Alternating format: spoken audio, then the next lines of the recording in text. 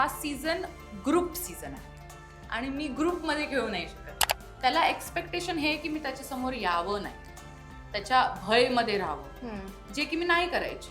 समोरचा माणूस कंटिन्यू करतोय तेव्हा त्याला थांबवलं जातं, पण तेच राखीला का नाही कोण थांबवत? भय आहे का हा राखीचा, किंवा तेवढं तिला पावर दिलेली आहे का राखीला? रेवा एवढी ओरडते, दीपाली त्या एवढे ओरडतायत आणि हा त्यांना जाऊनच नाही देत आहे. 4 वेळा तर मी ओरडली आहे की विशाल जाऊ दे, हात काढ, हे कर ते कर. अनुश्रीला कॅप्टन्सी काढणं तर सगळ्यात इझी आन्सर आहे. बदला होता तो, तिने मला काढलं, मी का नाही तिला काढलं पाहिजे? तेव्हा आरबी आणि राखीचे ते तर पूर्ण स्क्रिप्टेड आहे. हे लोकांना बघायला आवडेल. ह्याच्यावरती काय होणार, हा की ती की हा. चोरी करणारच तू परत? तू कस काय डायरेक्ट चोरी करायला लागली? मला राग देऊ नको उगाच. इथं ट्रॉफी जिंकणार, ट्रॉफी बिना मेहनत करून तू ट्रॉफी जिंकणार मी. नमस्कार, मी दीपाली म्हात्रे आणि तुम्ही पाहताय लोकमत फिल्मी. बिग बॉस मराठी सीझन 6 मधनं एविक्टेड पार्टिसिपंट आत्ता आपल्यासोबत आहे, ती म्हणजे संस्कृती ससा साळुंखे. स्वागत आहे लोकमत फिल्मीमध्ये. हॅलो, जाण्याआधी तर आपण खूप गप्पा मारल्या संस्कृती.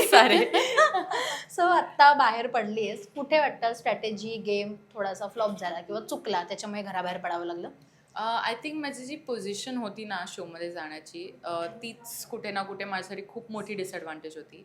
एक वाईल्ड कार्ड म्हणून तुमचे चान्सेस ऑलरेडी खूप लो होतात, कारण की पूर्ण घर हे वाईल्ड कार्डच्या अगेन्स्ट असणारच. त्यांच्या डोक्यात ते एक गोष्ट असते की आम्ही स्टार्टिंगपासून आलेलो आहेत आणि ह्यांना आपल्याला सगळ्यात पहिले बाहेर काढायचं आहे. आणि त्याच्याहूनही जास्त इम्पॉर्टंट गोष्ट काय होती ना, माझा स्वभावच असा आहे की हा सीझन ग्रुप सीझन आहे आणि मी ग्रुपमध्ये खेळू नाही शकत. मी एक इंडिव्हिज्युअल प्लेअर आहे, तर कुठे ना कुठे ते एक माझ्यासाठी खूप मोठं डिसएडव्हान्टेज होतं की मी एक इंडिव्हिज्युअल प्लेअर होऊन मला ग्रुपमध्ये खेळायला लागत होतं, कारण की तो गेमच तसा होता.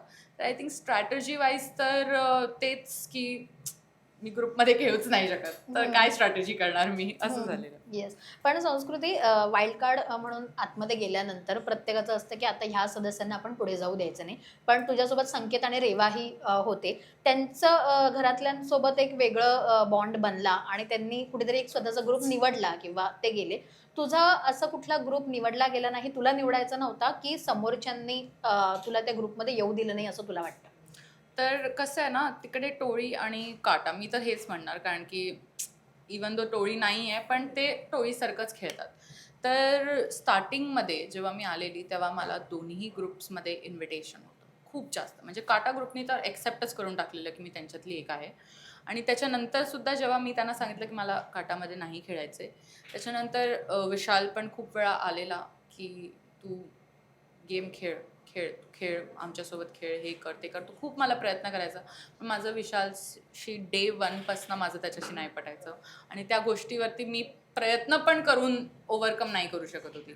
तर मला कधीच असं नव्हतं की मला टोळीसोबत खेळायचं आहे किंवा काटासोबत खेळायचं आहे. ते तर गेमचा फॉर्मॅट तसा आहे की तुम्हाला एकापेक्षा कोणासोबत तरी खेळायला लागणार आहे आणि ते बिग बॉसच मला त्या ग्रुपमध्ये टाकत होते, ज्यामुळे मला त्यांच्यासोबत खेळायला लागत होतं. पण ॲक्च्युली जर मी तुम्हाला माझं इंडिव्हिज्युअली पॉईंट ऑफ व्ह्यू सांगेन तर मी कधीच कुठल्या ग्रुपसोबत नव्हती. मला दोन्ही ग्रुपमधनं 1-2 असे इंडिव्हिज्युअल होते ज्यांच्यासोबत माझं बॉन्डिंग होतं, पण कारण की ते ऑपोजिट ग्रुपमध्ये होते तर त्यांच्यासोबत दिसणं म्हणजेच त्यांच्यासोबत खेळणं असं एक मत झालेलं, जे की तसं नव्हतं रियालिटीमध्ये. माझा स्वभाव पण असा आहे की मला कनेक्शन्स बनवायला वेळ लागतो. मी एका एन्व्हायरमेंटमध्ये मिसळून जाऊ शकते, पण एक बॉन्ड क्रिएट करण्यासाठी मला खूप ट्रस्ट आणि खूप वेळ लागतो, जो मला वेळच नाही मिळाला तिकडे, कारण की मी गेलीच त्या पॉईंटवरती होती की इमिडिएटली जाऊन एक गोष्ट चूज करायची होती आणि मी हर एक गोष्ट चूज करण्याच्या आधी 100 वेळा ती गोष्ट ॲनालाइज करते आणि तीच एक कुठे ना कुठे माझा वेळ तिकडे जास्त गेला आणि त्या पॉईंट ऑफ व्ह्यू गेममध्ये ते आपण नाही करू शकतो. पण तू म्हणालीस की विशालला तू आधीपासून ओळखत होतीस आणि विशाल तुला बऱ्यापैकी माहिती होता, पण जेव्हा जेव्हा तू विशालशी बोलायला जायचीस तेव्हा तेव्हा त्याच्याकडनं एक इग्नोरन्स मिळायचा की अरे मी तुझ्याशी बोलत नाहीये, मी हिच्याशी डिस्कस करतोय. सो त्याच्याकडनं खूप वेळा असं म्हणतात ना की निग्लेक्ट करणं किंवा तशा पद्धतीने ते बिहेवियर आम्हाला विशालचं तुझ्या बाबतीतलं दिसलं. तुझं काय म्हणणं आहे? तू त्याला बोलायला जायचीस किंवा त्याच्याशी काहीतरी डिस्कस करायला जायचीस, पण तो तुला पूर्णपणे इग्नोर करायचा. कसं आहे ना की तो ॲक्च्युली भरपूर वेळा माझ्याकडे येऊन भरपूर काय काय बोलायचा, जेव्हा मी त्याला इग्नोर करायची. ओके.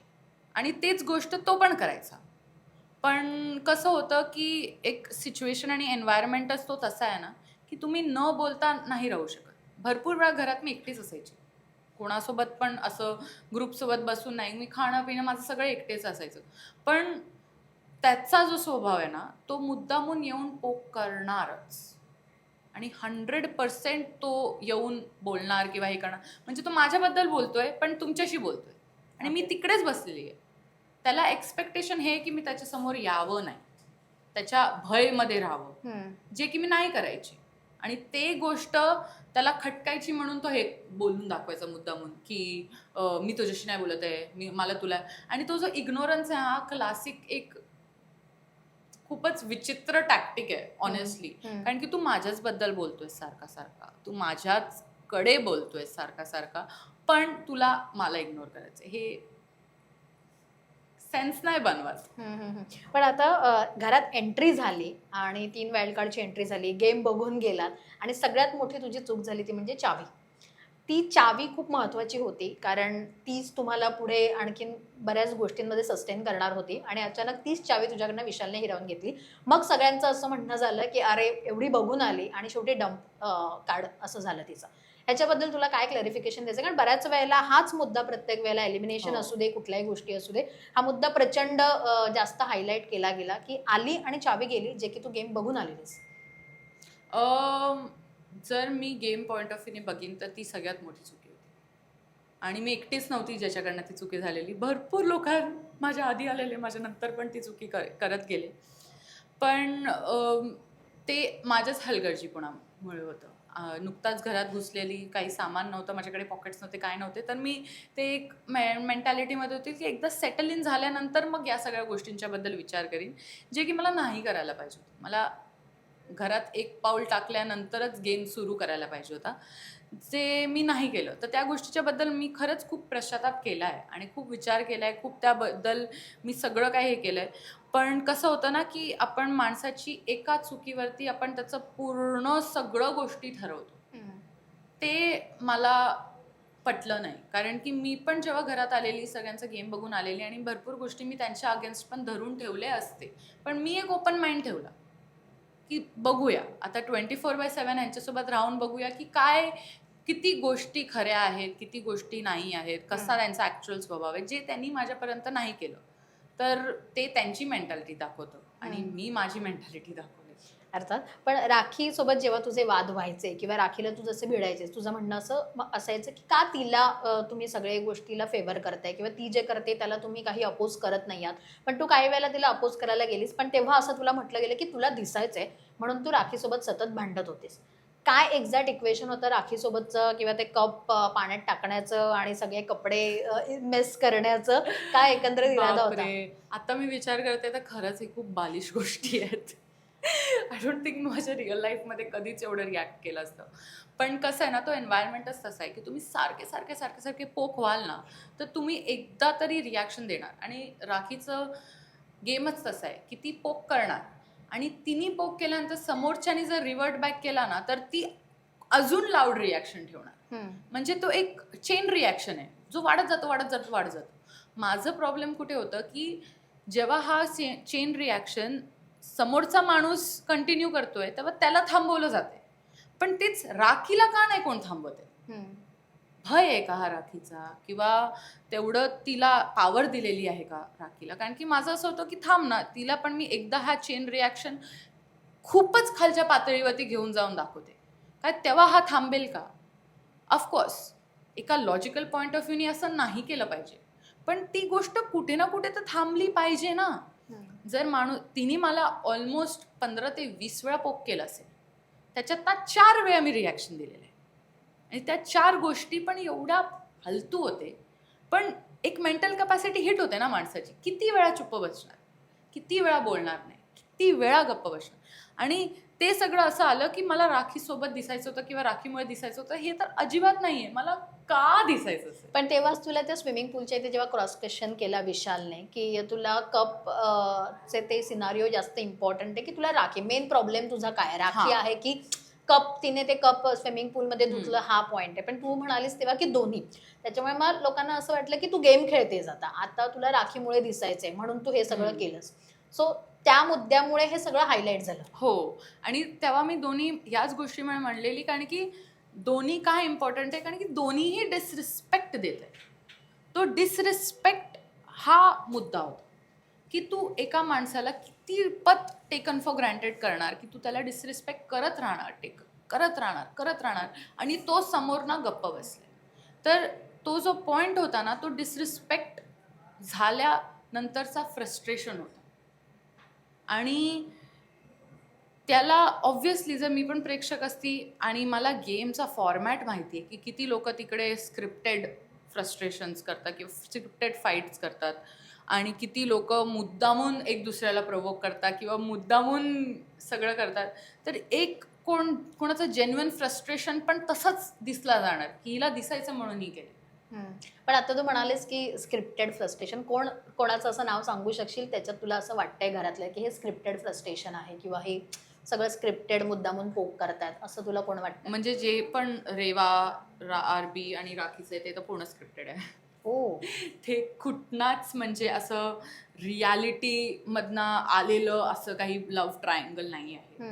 ते एक कन्व्हिनियन्स बेस्ड गेम आहे की अरे हे छान दिसणार, हे लोकांना बघायला आवडेल, ह्याच्यावरती काय होणार, हा की ती की हा, हे करण्यासाठी ती गोष्ट झालेली आहे. त्याच्या पुढे भरपूर स्क्रिप्टेड गोष्ट बाहेर आलेलेच आहेत, तर त्याबद्दल मला बोलायची पण गरज नाही. आरबीची रिॲक्शन ह्याच्यात स्क्रिप्टेड आहे? आरबीची रिॲक्शन स्क्रिप्टेड नाही आहेत, आरबीची रिॲक्शन कन्फ्युजनमध्ये आहेत. कारण की त्याला पण कुठे ना कुठे माहिती आहे गेमसाठी होत आहे, पण कितपत गेमसाठी व्हावं आणि कितपत आपल्याला थांबायला पाहिजे हे ह्याच्यात तो अडकतो. ओके. पण मग रेवा आणि राखीचा जो हा ट्रँगल आहे, हा जो लव्ह ट्रँगल आहे, रेवा, राखी आणि राकेश, हा तुला वाटतं हा पूर्णपणे स्क्रिप्टेड आहे आणि रेवाकडनं तो आहे की राखीकडनं तो आहे? राखीला ऑब्व्हियसली तिला म्हणजे राखी तर अर्थात ती तर करूच शकते, पण रेवाच्या बाबतीत काय? कारण ती नंतर म्हणते की माझं या सगळ्यात काही नाही, मला मुद्दाम राखीने ओढलंय ह्याच्यात, माझं असं काही नाहीये. पण मग तसंच होतं ना, जर तुला मुद्दामून राखीने ओढल्या ह्याच्यात, तर किती वेळ लागेल तुला ह्या कम्प्लिटली डिस्टन्स करायला? का नाही करू शकत? हा प्रश्न आहे माझा. आणि हे मी तिला भरपूर वेळा विचारलं पण आहे, जर तुला हे नाहीच आवडत तर तू का कुठे ना कुठे तिकडे जातेस, भरपूर अशा गोष्टी करते. माझ्यासमोर भरपूर वेळा गोष्टी झाल्यात आणि मी तिला त्या गोष्टीबद्दल कन्फ्रंट सुद्धा केलेलं आहे जेव्हा पण मुद्दे आलेले आहेत की तुला जर खरंच नाही आवडत राखीचे रिॲक्शन्स, तू का समोर ना जातेस तिला ट्रिगर करायला? ओके. हाच प्रश्न जर तुला कोणीतरी विचारलं असतं की तुलाही राखीचे रिॲक्शन नाही आवडत, पण मग तू ट्रिगर का होतेस राखीच्या रिॲक्शन गोष्टींनी? एक्झॅक्टली. फरक हा आहे की मी राखीच्या टेरिटरीमध्ये घुसून ट्रिगर नाही होत, राखी माझ्या टेरिटरीमध्ये घुसून ट्रिगर करते. आणि ते पण तो कपचा जो मुद्दा होता तो लास्ट ट्रिगर होता. त्याच्यानंतर पण तिने जेवढे पण प्रोव्होकेशन्स केल्यात तिकडेच सायलेन्स झाले आणि त्याच्यानंतर तिने प्रयत्न सुद्धा नाही केला, कारण की तिला माहिती आहे की मी गप्प बसवू शकते तिला आणि मी टेकन फॉर ग्रँटेड होणार नाही तिच्याकडनं. या गोष्टीचा तिला जेव्हा एक अंदाजा आला ना, तेव्हा तिने स्वतः पण थांबली ती. पण तिला माहिती आहे की रेवाला पण कुठे ना कुठे ही गोष्टीची गरज आहे, म्हणून ती पण स्वतः समोर ना येते तो एक कंटिन्यू करायला. Okay. And that's why I feel की हे दोन सिच्युएशन्स कम्पेअर करणं इट्स लाईक जमीन आसमान कम्पेअर करणं. अनुश्री बाबत नेमका काय वाद झाला ससाचा, की अनुश्री असं म्हणाले की मी तुला पुढच्या 12व्या आठवड्यात जाऊ देणारच नाही, तुला आता मी घराच्या बाहेरच काढणार, आणि अनफॉर्च्युनेटली तुझं म्हणजे एलिमिनेशन झालं. काय वाटतं अनुश्री बाबत नेमकं कुठे तुझी टशन निर्माण झाली आणि मग तू अनुश्रीलाच का त्यावेळेला कॅप्टन्सीमधनं बाहेर काढलंस? अनुश्रीला कॅप्टन्सी काढणं तर सगळ्यात इझी आन्सर आहे. बदला होता तो, तिने मला काढलं, मी का नाही तिला काढलं पाहिजे? That was simple. पण खरं सांगितलं ना, एकदम प्रामाणिकपणे सांगितलं, तिला माझ्यापासनं प्रॉब्लेम त्या नॉमिनेशन पत्राच्या टास्कपासूनच चालू झालेला आणि तो ग्रज तिने धरलेलाच. तर तुला 12व्या वीक मी जाऊन नाही देणार हे तर ती पहिल्यापासूनच म्हणते, पण ते होऊन पण मी 2 वीक सर्वाईव्ह झालेली. तर आय डोंट थिंक तिचा कुठला हात होता ही गोष्टी करण्यामध्ये. तिचं फक्त खुन्नस होती आधीपासून, का तू असं केलं, आणि तिने ती खुन्नस हर जागेवरती दाखवली. आणि मी गेम म्हणून घेते, तर मला काय असं त्या गोष्टीचा काही फरक नाही पडत की अच्छा ठीक आहे गेम ऑन, चल कर. माझं तिचं एवढं हे की तू तिचा गेम तोंडावरती नाही आहे, पाठपाठी आहे. तोंडावरती आहे ना छानपैकी बोलायला, गोडपैकी बोलायला, खूप गोष्टी ती माझ्यासोबत डिस्कस करणार, हे करणार ते करणार, जे की मला समजायचंच नाही की हे कुठल्या पॉईंट ऑफ व्ह्यूने येत आहे. खूप वेळा तर तिने माझी ॲडवाईससुद्धा घेतली आहे, ऐकले आहे पूर्ण. म्हणजे मी तिला एक पूर्ण थेरपी सेशन दिलेला त्या नॉमिनेशनच्या पत्राच्या टास्कच्या नंतर, कारण की ती खरंच खसलेली गेलेली, ती त्या आईचं पत्र नाही मिळालं आणि मला त्या गोष्टीचं वाईट पण वाटलेलं. एक माणूस म्हणून मी तिला मदत केलेली. त्याच्यानंतरसुद्धा मी तिला तोंडावरती विचारलेलं की तुला हा गरज कंटिन्यू करायचा आहे का? तिने सांगितलं हो. तर हा तिचा गेम पॉईंट ऑफ व्ह्यू आहे, तिचं पर्सनल मत आहे. हे आपण एक टाईमवरती अनुमान लावूच शकतो की किती रिअल आहे, किती फेक आहे. पण ॲज अ माणूस तर मला कोणाशीच प्रॉब्लेम तेवढी राहणार नाही.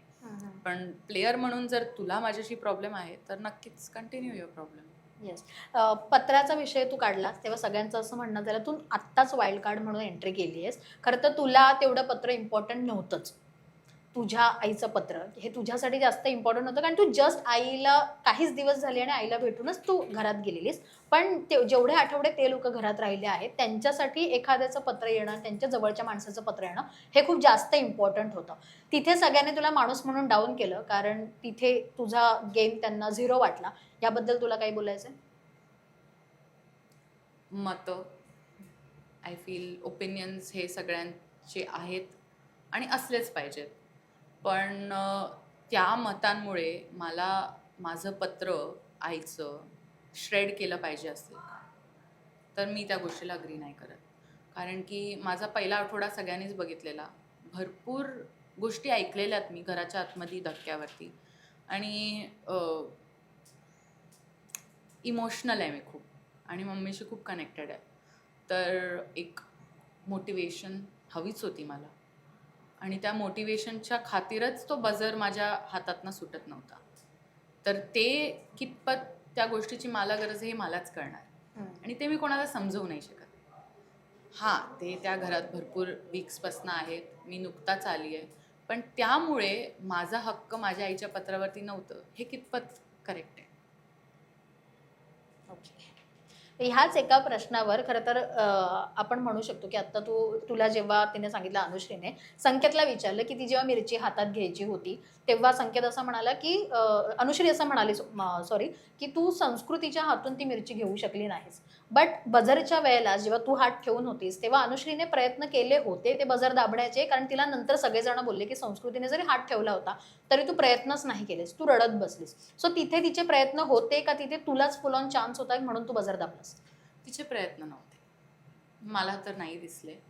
कारण की जेवढा मी तिचा गेम बघितलेला मला खरंच वाटेलं की मला खूप एक स्ट्रगल करायला लागेल तो बजर दाबायला.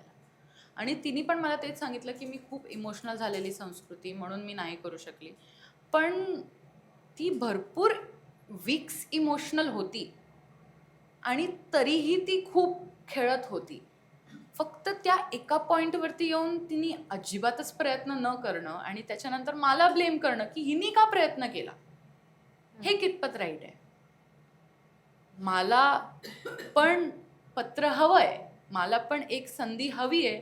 मला कळतंय का, it's a double edge sword. मी दाबलं नसतं तरी मला नाव ठेवले गेले असते, मी दाबलं असतं तरी मला नाव ठेवले गेले. तर काय करणार माणूस त्या सिच्युएशनमध्ये? जर तू प्रयत्न नाही केलाय ह्याचा मतलब हे का मी पण नाही करायचं? पण त्या मोमेंटवरती जर तिने जेन्युइनली प्रयत्न केला असतं तर कदाचित ते पत्र तिच्या हातात लागलं गेलं असतं. बरोबर. माझं फक्त एवढं होतं की मी माझे रिझन्स दिलेत, तू तुझे जर रिझन्स देऊन आपण एक फेअर फाईटमध्ये तो राऊंड खेळतोय तर नक्कीच कोणाला जो डिझर्विंग आहे त्याला हातात लागलंच असतं. पण तू प्रयत्न न करता माझ्याबद्दल एवढ्या सगळ्या गोष्टी बोललीस, जिने फक्त प्रयत्न केलं तिच्या आईच्या पत्रासाठी, हे कितपत राईट आहे? असं आहे. मिरचीच्या टास्कमध्ये सुद्धा खरं तर प्रेक्षकांना खूप कन्फ्युजन आहे, कदाचित तू ते क्लिअर करू शकशील. संकेतही तिथे, कारण संकेतचे टास्क आतापर्यंत सगळ्यांनी बघितले, असं होणार नाही की संकेतच्या हाताला ती मिरची लागणार नाही. जर त्याने फोकस केला असता तर कदाचित तोही उचलू शकला असता. जेव्हा तुम्हाला मिरचीचा टास्क उचलायचा होता तू ती मिरची घेतलीस आणि मग तू अनुश्रीला नॉमिनेट केलं. डील झालेलं का तुझं आणि संकेतचं? ते आत्ता प्रेक्षकांना खरं ऐकायला आवडेल, कारण आत्ता खूप त्याच्याबद्दल बवाल झाले. तर प्लीज तू ते आम्हाला उत्तर देशील? असं फोरफ्रंट कुठलं डील नव्हतं झालं. ओके. माझं डील झालेलं दीपालीताई आणि प्रभूकडनं की मी त्यांना नाहीच करणार, म्हणजे प्रभूला मी रेसमधनं नाहीच काढणार आहे जर त्यांनी मला मिरची हाताला लावून दिली. पण जिथपर्यंत संकेत आणि माझं होतं काही डील नव्हती झालेली आणि ती मिरची मी खरंच फेअर आणि स्क्वेअर उचललेली. कारण की मी रिफ्लेक्स ठेवलेला. मी काय करत होती ना, मी त्यांना शब्दांमध्ये अडकवत होती सारखी बोलून आणि मी त्याला सांगत होती, अरे संकेत जरा हात मागे घे, अरे हे झालं असं झालं, असं करून मी सारखं त्याला डिस्ट्रॅक्ट करत होती. आणि त्याच्यामुळे जेव्हा आवाज आला मी पटकन उचलली, फेअर आणि स्क्वेअर. आणि त्याला माहिती होतं की जर दीपालीताई समोर आहे तर तो खोटं तर बोलू नाही शकणार की हिनी नाही उचलली आहे. तिकडे थर्ड पार्टी असल्यामुळे माझ्याकडे एक विटनेस पण होता की बघ मी फास्ट आहे, मी उचललं. पण दीपालीताईंनीच तेव्हा सांगितलं की ह्या दोघांच्या डोळ्यांमध्ये इशारे झाले होते किंवा ते इशारे सॉर्ट ऑफ मध्ये असं झालं होतं की इझिली तू घेऊ शकलीस, असं झालेलं हे दीपालीने स्ट्रॅटेजी होती. तीच तर माझी स्ट्रॅटेजी होती. कोणाला कळणारच नाही ती स्ट्रॅटेजी. आणि डील्स ॲक्च्युली या गोष्टीबद्दल झालेलं की त्याला मी न काढावं. ओके. आमचं डील या गोष्टीबद्दल झालेलं की जर ही मिरची माझ्या हातात लागली तर त्याला मी न काढावं, ही डील होती. बाकी कुठलीच डील नव्हती. त्याच्या हातात पण ती मिरची लागू शकली असती जर तो तेवढा फास्ट असता. सिम्पल. पण माझी आणि त्याची डील एवढी झालेली की जर माझ्या हाताला मिरची लागली तर मी त्याला काढणार. आणि तेवढीच डील होती आणि ते मी केली पण पूर्ण. ओके. पुढचा एक टास्क म्हणजे मध गोळा करण्याचा टास्क. तिथे हे टास्क का उल्लेख करायला लागतं कारण ह्या प्रत्येक गोष्टीमध्ये काही ना काहीतरी ह्याच्यावर तुझ्याविषयी बोललं गेलंय म्हणून. मध गोळा करण्याच्या टास्कमध्ये असं म्हटलं गेलं विशालने नंतर की अरे तिचा काहीच गेम नव्हता त्याच्यात, तिने खूप इझिली म्हणजे ती काही गोष्टी करू शकत होती पण तिने केल्या नाहीत. जे काही दुसऱ्याचं मध होतं भांडत ते ती ओतू शकली असती पण ती फ्रंटवर येऊन ते खेळतच नव्हती. तिला मी जसं सांगत होतं तसंच ती केलं. त्याच्यामुळे ह्यात ती स्वतःला खूप विनर मानते, तिने खूप केलंय असं ती दाखवते. बट तसं तिने काहीच मेहनत केली नाही.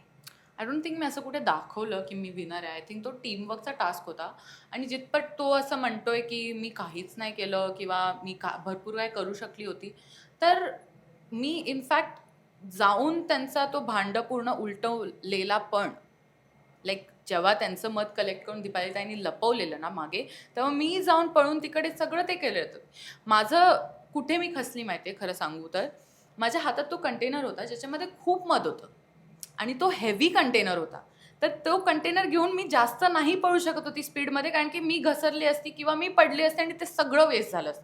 तर माझा फोकस एवढाच होता की आपल्या हातात जेवढं आहे ना ते आपल्याला वाचवायचे आणि त्याच्याहून जास्त मी करू शकली असती. पण प्रॉब्लेम काय होता ना, माझ्या डोळ्यांच्या समोर खूप विचित्र गोष्टी होत होते. ज्या प्रकारे विशाल सगळं तो गेम खेळत होता ना, मला कुठे ना कुठे खरंच त्या गोष्टीचा खूप प्रॉब्लेम होत होता. एक पॉईंट असा पण आलेला की मी विचार केलेला जाऊ दे हे मध, मी पहिले त्या दोघांना सोडवते तिकडनं. पण माझं असं होतं की संचालक आहे तिकडे, नक्कीच काही खूप वाईट होत असेल तर ते थांबवतील. आणि त्याच्याहून जर मी माझं सगळं टास्क सोडून इकडे त्यांना वाचवायला गेली तर कितपत मी फेअर दिसणार हे पण होईल. तर म्हणून मी माझ्या प्रते जेवढं 100% होत होतं तेवढं करत होती. ऑफकोर्स विशालचा मीपणा आणि मोठेपणा ह्याच्यात परत दिसून येतो आपल्याला की मीच सगळं केलं, काहीच कॉन्ट्रीब्युशन नसतं. तर मग तू का मला असं म्हणत होतास की मला संस्कृतीच हवी टास्कमध्ये करायला, मला माहिती आहे ती करेल. त्याच्यानंतरही त्याने 4 वेळा सांगितलं की ह्याच्यामुळे मला ससा पाहिजे होती, ह्याच्यामुळे मला ससा पाहिजे होती गेममध्ये. पण ऑब्व्हियसली मीपणा, मोठेपणा त्याच्यामध्ये खूप आहे आणि त्याच्यामुळेच त्याचा गेम कोणालाच अग्री नाही होत. आवडतो पण अग्री नाही होत कारण की ॲज अ माणूस ते कितपत राईट आहे हे मला नाही समजत. मी तिकडे खरंच ते गोष्ट बघून खूप डिस्टर्ब झालेली आणि म्हणून मी जास्त वेळ हलू पण नाही शकत होती कारण की मला समजूनच येत नव्हतं. ती रेवा एवढी ओरडते, दीपालीताई एवढे ओरडतायत आणि हा त्यांना जाऊनच नाही देत आहे. 4 वेळा तर मी ओरडली आहे की विशाल जाऊ दे, हात काढ, हे कर ते कर. आणि त्याच्यामुळे माझा पण गेम अफेक्ट झाला ना कारण की माझं फोकस हे की तिकडे त्यांना कोणाला लागू नको दे. मध कलेक्ट झाल्यानंतर पण मी सगळ्यात पहिले आतमध्ये पळून पाण्याची बॉटल आणून त्यांना पाणी देत होते कारण की ते बघणं खूप हॉरिफाईंग होतं. हे अनुश्री आणि संकेतच्या राऊंडमध्ये नाही झालेलं तेवढं कारण की तो गेम म्हणून होता. पण ते दृश्य बघणं आणि त्याच्यानंतर पण टास्कवरती फोकस करणं हे कसं ह्युमनली पॉसिबल आहे. जर जरी मी वीक प्लेअर दिसली असेल, काहीही दिसली असेल, माझ्याप्रती 100% जेवढं मी करू शकते तेवढं करू शकली असती. कारण की त्या सिच्युएशनमध्ये कोणीही असताना त्यांना तेवढी माणुसकी तर बाहेर आली असती की हे समोर काय चाललंय, हे चालताना पण आपल्याला फक्त टास्कवरती फोकस आपण कसे करू शकतो.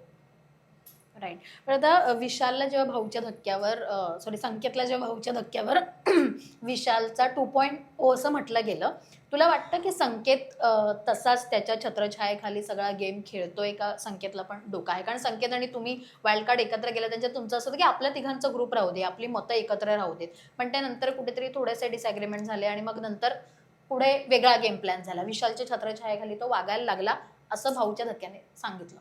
तो खरंच खूप जास्त इन्फ्लुएन्समध्ये गेला.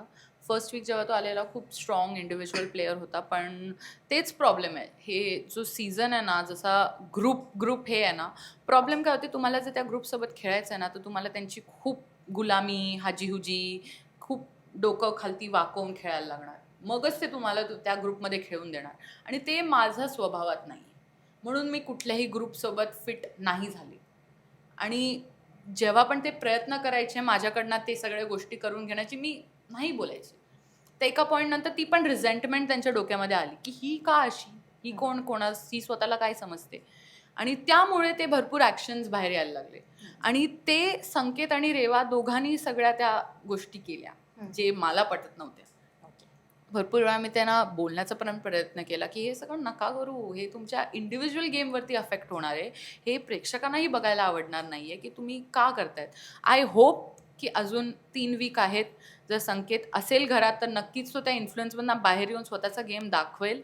पण येस, विशाल आहेच तसा की तो गुंडाळून, जसं राखी म्हणते, तो पुडी बांधून देतो बाबा. ओके. बरं, या गप्पा अशा चालूच राहतील, पण मला तुला एक गोष्ट विचारावीशी वाटेल की आता तू जसं बाहेरून गेम बघून आलेलीस, तिथे स्वतः गेम खेळलीस, आता तुझ्या हिशोबाने जर प्रत्येक कॉन्टेस्टंटचा गेम तुला वन लायनरमध्ये सांगायचा असेल तर तू तो कसा, किंवा त्या व्यक्तीबद्दल तुला एका शब्दात जर सांगायचं आहे तर ती काय असेल? तन्वीबद्दल तुला काय सांगायचं आहे? तन्वी ती लाऊड आहे, पण डेफिनेटली ती गेम्स स्वतःसाठी खेळते सध्या. पण ते रिअल आहे की फेक आहे जे करते ते? तिचे बॉन्डिंग्स कितपत रिअल आहे हे तर आपल्याला कळून येतात भरपूर टाईमला, पण ती ॲज अ पर्सन अजून रिअल होऊ शकते. ओके. प्रभू? खूप डिपेंडेंट, एक्स्ट्रीमली डिपेंडेंट. दीपाली ताई? इन्स्टिगेटर आहे ती. ओके. खूप ते म्हणतात मुद्दे ते बनवते, तसावाला. आग लावते, बनवते. म्हणजे खरंच जेवढ्या चांगल्या ते पोळ्या भाजतात ना, तेवढेच ते चांगल्या मुद्दे बनवतात. जे नसेल तिकडे बनवणार. ओके. आरबी? अजून फोरफ्रंटवरती येऊ शकतो. ओके. विशाल? मॅनिप्युलेटर आहे, पण ओन अप नाही करत. ओके. संकेत? छत्रछायाच्या बाहेर येण्याची खूप जास्त गरज आहे. ओके. सागर दादा? एक नॉट गिव्हिंग अप ॲटिट्यूड त्यांना दाखवला पाहिजे. Okay. Anushree?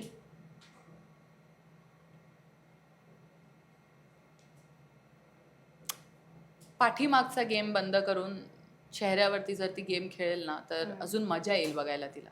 Okay. Reva? Same गोष्ट, ग्रुपमध्ये बसणंच हे सगळं नसतं. हेच ग्रुपवाले तिला एंडमध्ये काढतील, ह्या गोष्टीची तिला जरा समज यायला पाहिजे. Okay. Last but not the list, rakhi? राखे पातळी फक्त सोडू नको, थोडीशी कमी कर, that's it. बाकी एव्हरीथिंग ती करते, ते मजाच येते बघायला. ओके. पण आता ह्या सगळ्यामधनं सगळ्यांचा गेम बाहेरून बघितलास, आतून बघितलास, टॉप 3 मध्ये कोण वाटतंय? टॉप 3 मध्ये सध्या आता तर गेम पॉईंट ऑफ व्ह्यूनी मला खूप डिफिकल्ट आहे सांगणं, कारण की सगळ्यांचे गेम्स रोज चेंज होतात. तर टॉप 3 निवडून काढणं खूपच जास्त डिफिकल्ट आहे. सगळ्यांचे चान्सेस खूप आहेत. हा, ऑब्व्हियसली थोड्या लोकांचे चान्सेस खूप कमी आहेत. तर सध्या तर मी नाहीच म्हणू शकत टॉप 3 कोण असतील. अजिबात नाही वाटत असं कोणी की त्याच्या एक किंवा दुसरा माणूस तरी वाटतं की हा ॲटलिस्ट टॉप 3 किंवा टॉप 5 मध्ये? आय होप तन्वी आणि आरबी मसना कोणतरी एक टॉप 3 मध्ये असावं, कारण की त्यांचा गेम कन्सिस्टंट राहिलाय. फक्त ते कन्सिस्टन्सी मेंटेन करू शकणार की नाही हे मला नाही माहिती. येस, थँक्यू सो मच संस्कृती, आणि Thank छान वाटलं you. तुझ्याशी बोलून, आणि आता पुढे नवीन प्रोजेक्ट्स घेऊन येशीलच तेव्हा भेटूच. नक्की. All the very best. Thank you so Thank you. Much. Thank you.